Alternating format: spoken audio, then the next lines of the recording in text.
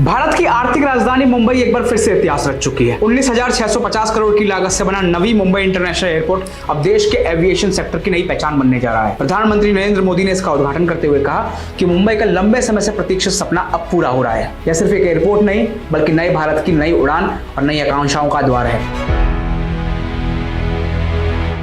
मुंबई शहर में वैसे तो एयरपोर्ट 1942 में स्थापित हो गया था, लेकिन 1990 आते आते यह अत्याधुनिक अंतर्राष्ट्रीय टर्मिनल से युक्त हो गया। वर्तमान में इसकी क्षमता लगभग 50 से 55 मिलियन यात्रियों तक पहुंच चुकी है, जो वास्तव में इसकी ओवर कैपेसिटी की स्थिति को दर्शाता है। वजहें अनेक थी।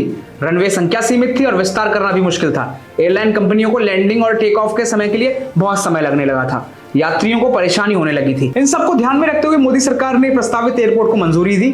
संरचना से निर्माण तक का काम मोदी सरकार की देखरेख में हुआ। हवाई अड्डे से कनेक्टिविटी बढ़ाने के लिए डिजाइन की गई इस एलिवेटेड रोड से अब समय 90 मिनट से घटकर 30 मिनट का होगा। यह ठाणे, कल्याण, डोंबिवली, अंबरनाथ, बदलापुर और भयंदर से आने जाने वाले यात्रियों के लिए यात्रा के समय को काफी कम कर देगा और यात्रियों के लिए समय को भी बचाएगा। यह आधुनिक टर्मिनल सुविधाओं से युक्त होगा, जहां संस्कृति भी है, आधुनिकता भी है, सुविधा भी है और सुरक्षा भी है, क्योंकि टर्मिनल डिजाइन भारतीय संस्कृति और नवाचार के प्रति कमल के फूल से प्रेरित है। एआई आधारित सुरक्षा, facial recognition, automated baggage handling, green building, carbon neutral smart energy system, इसके अलावा यह वैश्विक कनेक्टिविटी के लिए तैयार है। इस तरह यह एयरपोर्ट यात्रियों के लिए सुविधा और सुविधा के उच्चतम मानक सुनिश्चित करता है। पहले चरण में यह एयरपोर्ट साल के 2 करोड़ यात्रियों और 0.8 मिलियन मैट्रिक टन कार्गो संभालने की क्षमता रखता है। पूर्ण होने पर यह आंकड़ा 9 करोड़ यात्रियों और 3 लाख मैट्रिक टन से अधिक कार्गो तक पहुंच जाएगा। नवी मुंबई एयरपोर्ट सिर्फ आसमान से जुड़ाव नहीं रखेगा, बल्कि समुद्र से भी कनेक्टिविटी का नया प्रतीक है। जेएनपीटी पोर्ट से महज 20 किलोमीटर की दूरी पर बनाई है एयरपोर्ट एयर सी लॉजिस्टिक्स को